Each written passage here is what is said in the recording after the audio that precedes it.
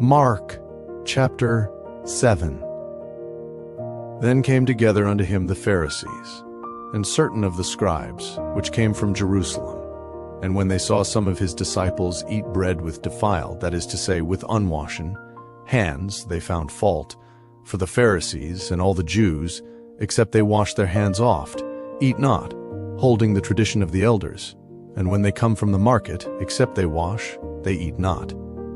And many other things there be, which they have received to hold, as the washing of cups and pots, brazen vessels, and of tables. Then the Pharisees and scribes asked him, Why walk not thy disciples according to the tradition of the elders, but eat bread with unwashen hands? He answered and said unto them, Well hath Esaias prophesied of you hypocrites, as it is written, This people honoureth me with their lips, but their heart is far from me. Howbeit in vain do they worship me, teaching for doctrines the commandments of men. For laying aside the commandment of God, ye hold the tradition of men, as the washing of pots and cups, and many other such like things ye do. And he said unto them, Full well ye reject the commandment of God, that ye may keep your own tradition.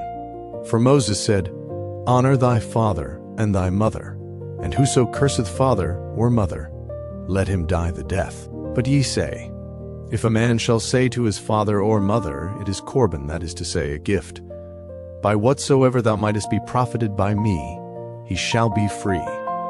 And ye suffer him no more to do aught for his father or his mother, making the word of God of none effect through your tradition, which ye have delivered, and many such like things do ye. And when he had called all the people unto him, he said unto them, Hearken unto me every one of you, and understand, there is nothing from without a man, that entering into him can defile him, but the things which come out of him, those are they that defile the man. If any man have ears to hear, let him hear. And when he was entered into the house from the people, his disciples asked him concerning the parable.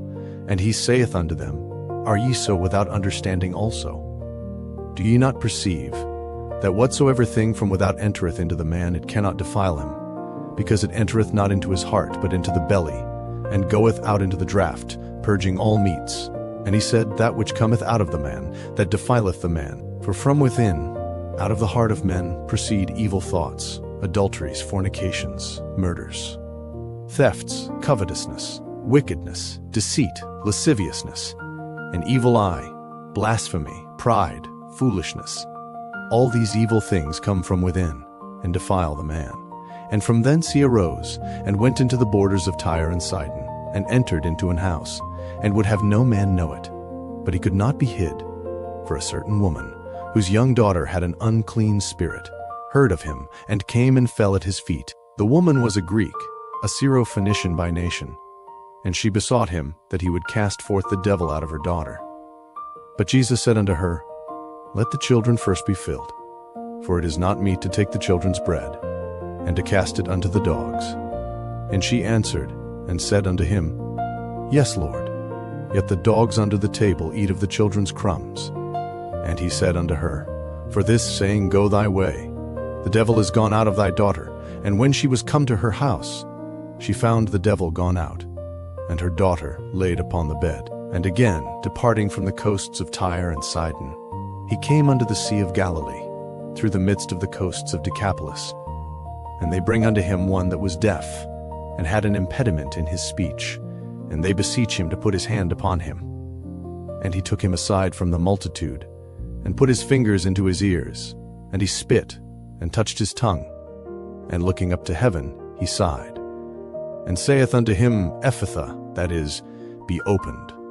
And straightway his ears were opened, and the string of his tongue was loosed, and he spake plain. And he charged them that they should tell no man. But the more he charged them, so much the more a great deal they published it, and were beyond measure astonished, saying, He hath done all things well. He maketh both the deaf to hear, and the dumb to speak.